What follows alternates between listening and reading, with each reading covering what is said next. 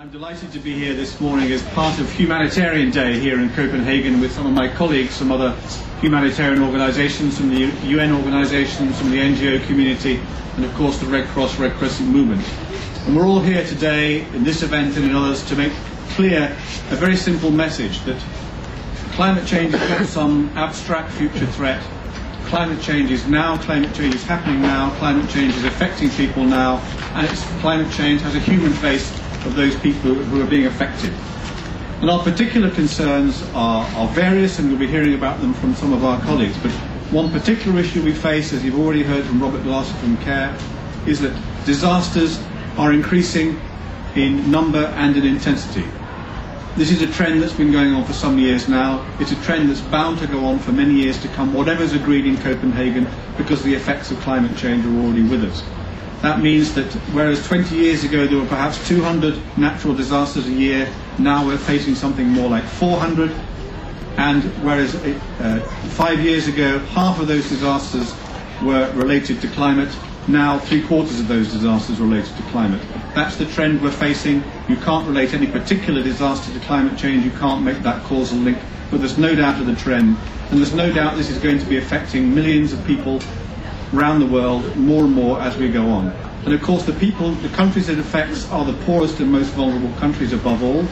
All countries can be subject to natural disasters, but these are the countries least able to cope with them. And within those countries is the poorest and most vulnerable people who are already suffering these effects, who we already need to help as much as we can. So this is storms, this is floods, this is drought. More of these events, more intense events, that's what we're facing. But there are also other effects as well which threaten over time to even overwhelm the capacity we have to deal with. For example, the effects on migration, people movement. People will be displaced by climate change, it's already happening, it will be happening in much greater numbers in the future. Sea level rise will cause that, drought will cause that, increased flooding in areas making them uninhabitable will cause that.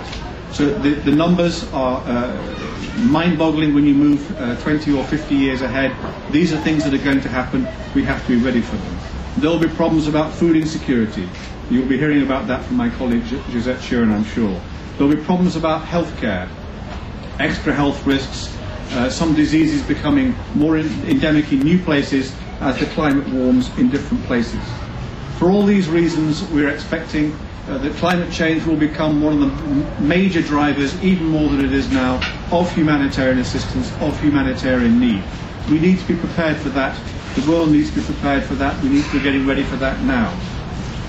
A particular part of this is making sure, as a humanitarian community, that we are not only reacting to events after they happen, not only responding to the disasters, but we're also working as hard as we can to make sure we prevent and reduce the impact of those disasters before they happen. We already know what to do. There are disaster risk reduction measures which are well proven. We know we need to move people out of disaster-prone areas that flood. We know we need to reforest areas to prevent flash flooding. We know we need to improve water management. We know we need to replant mangrove swamps where tsunamis might hit. We already know what measures we need to take, but we need to be doing much more. We need to be investing much more in those disaster risk reduction measures. We have the Hyogo framework for disaster risk reduction, which was put in place in 2005, as it happens just after the big 2004 tsunami. As I say, these measures are there, these adaptation measures are already being taken, but we need to invest much more.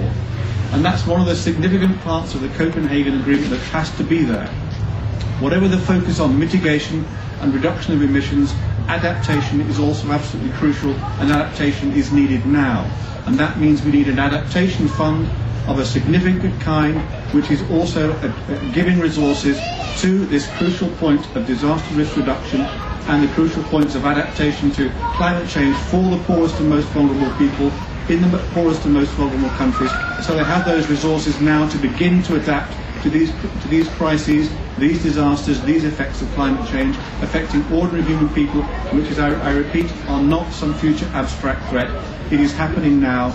It is going to get worse. Whatever's agreed here in Copenhagen, we must be ready for it. That's why there has to be a good agreement on adaptation funding here in Copenhagen, and why some of that adaptation funding needs to go to the most vulnerable countries and to disaster risk reduction. Thank you very much indeed.